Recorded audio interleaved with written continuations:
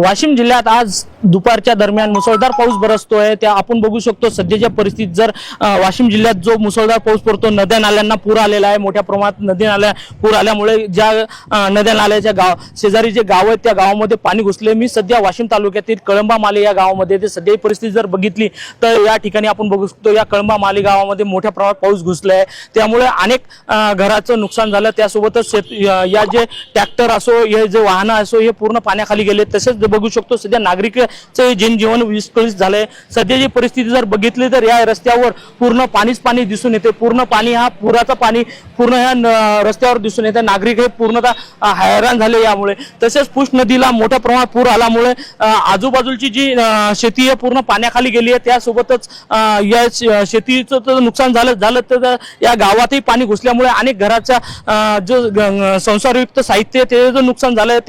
तसेच अन्नधान्य असो, हे अन्नधान्यही विजलं आहे। त्यामुळे हा नागरिकांचे मोठे हाल होत असल्याचं आपल्याला दिसून येत। सध्याची जर परिस्थिती पाहिली या गावाला पूर्ण पाण्याने वेढा दिला आहे। त्यामुळे पूर्णतः नागरिक हा पूर्ण हैराण झाला आहे। तसेच या ठिकाणी जर बघितली आपण ही या ठिकाणी आताची जी परिस्थिती आहे पूर्ण पाणीच पाणी दिसून येते।